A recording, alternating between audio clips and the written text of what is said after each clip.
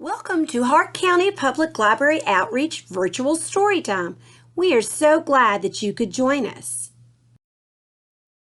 Reginald is a young boy who loves his violin, but his papa could care less about his fiddling. Papa needs Reginald to go with the Duke's team for their games. He is given the chore of bat boy, but takes every opportunity to share his music. This is a beautiful story of family ties and team spirit. The Bat Boy and His Violin. Author Gavin Curtis. Illustrator E.B. Lewis. I sashay my bow across the violin strings the way a mosquito skims a summer pond, with hardly any mistakes. Tchaikovsky fills the living room of our house on Tyler Road. When the back door slams and metal cleats stomp onto the kitchen floor, I know Papa is home. "Is Reginald at it again?" he shouts between notes. "Hush up," Mama says. "I just love this one.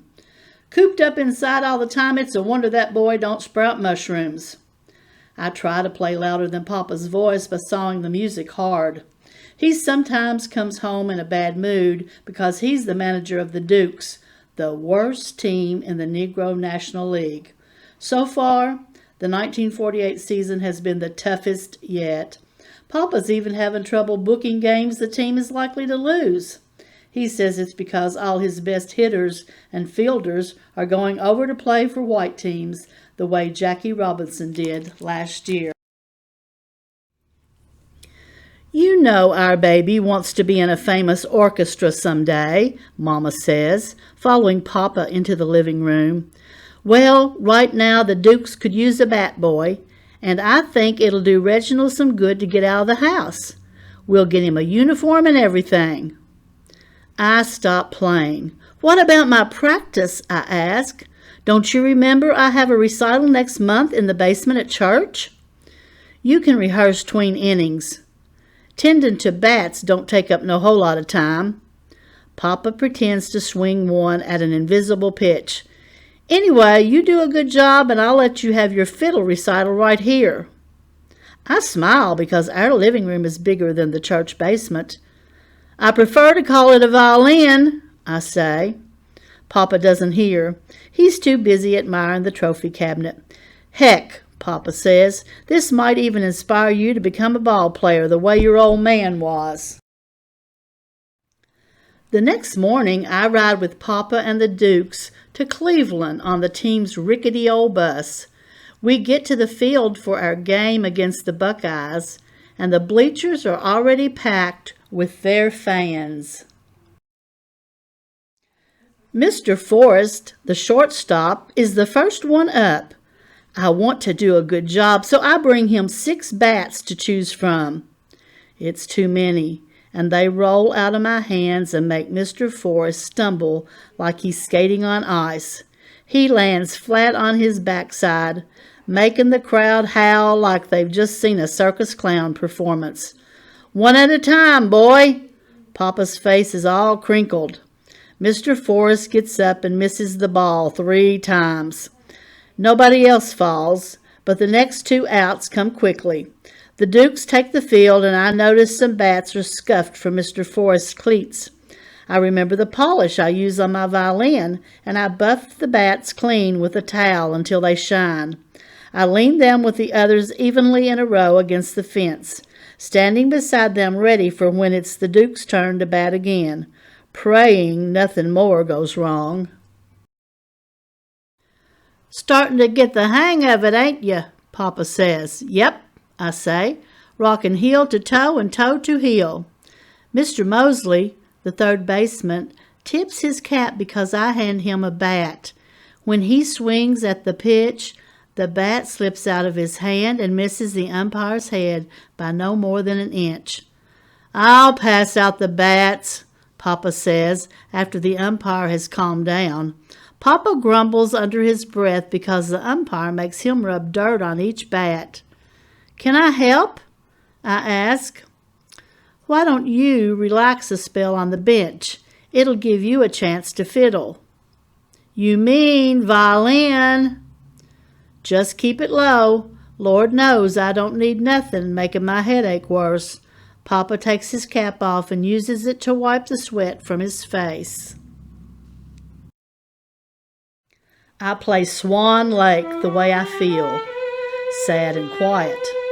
But I'm not clumsy with my violin. I'm careful, glancing only one time at the music I know by heart. In the last measure, I pull my bow slowly to hold the final note long. "That sure was something pretty," says Mr. LaRue, the center fielder who is waiting on deck.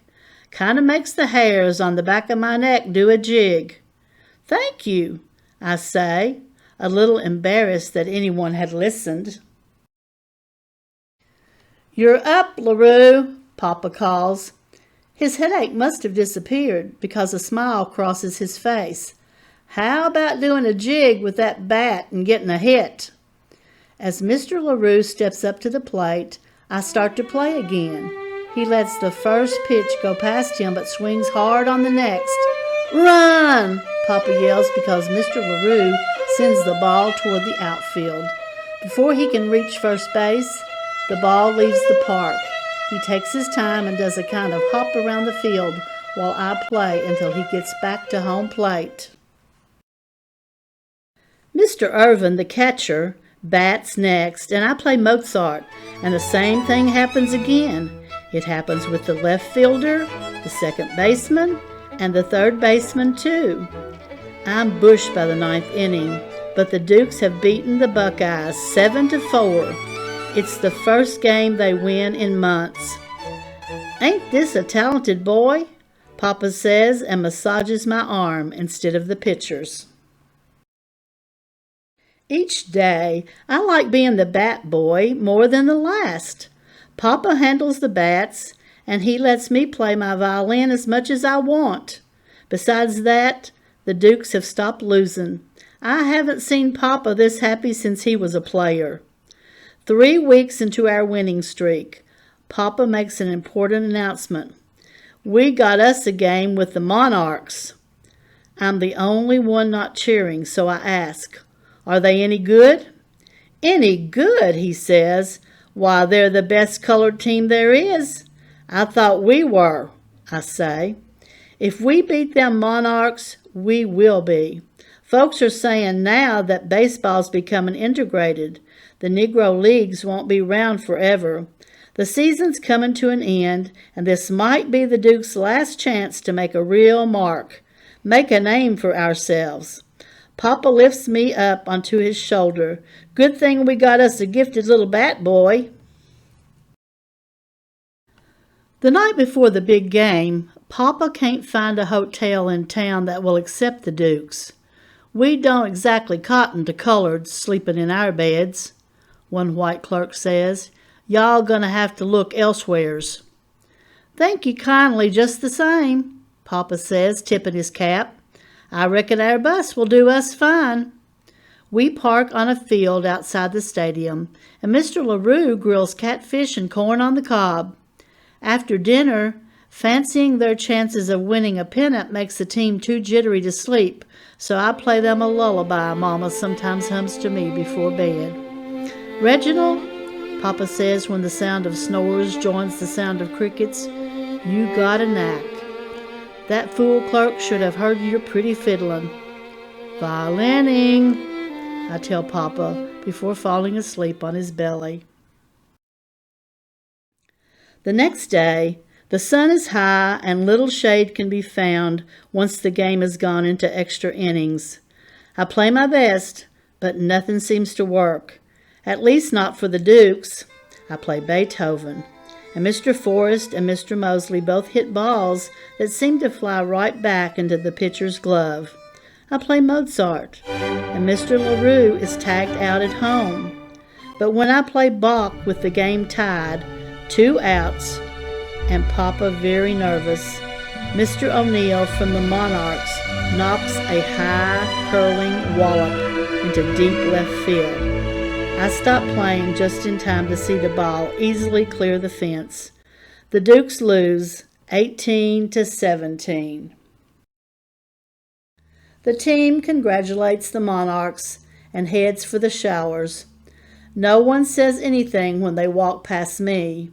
Papa looks sad as he gathers up the equipment. I want to help him, but I go straight to the bus instead, wondering if the church basement is still available for my recital. "Son," Papa finally says on the quiet ride home, "play something happy." He takes the violin down from the baggage rack and hands it to me. "We could all use a little cheering up." I was afraid you wouldn't like my music anymore." I twist the pegs and make sure it's tuned. "Of course I still like your music." Papa sits in the seat and puts me on his lap. It sure helped us to get a lot further than I thought we could without our best players. Shoot! When I shut my big mouth and listened, I loved what I heard. I love you, though, most of all. Win or lose, Negro leads or not, ain't no ball game ever going to change that. I love you too, Papa. I hug him and then play the minute waltz over and over again.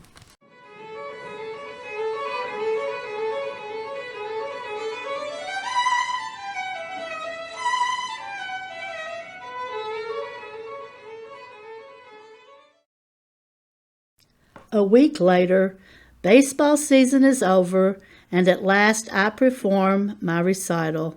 The only sound heard through our house on Tyler Road is the softness of a Schubert sonata, with no mistakes. Mama, Papa, the Dukes, and their wives fill the first 4 rows of our crowded living room. "You folks must be right proud of Reginald," I hear Mr. LaRue whisper. "He sure plays a powerful fiddle." Papa smiles and puts his arm around Mama. "Sure does," he says, "'cept we prefer to call it a violin."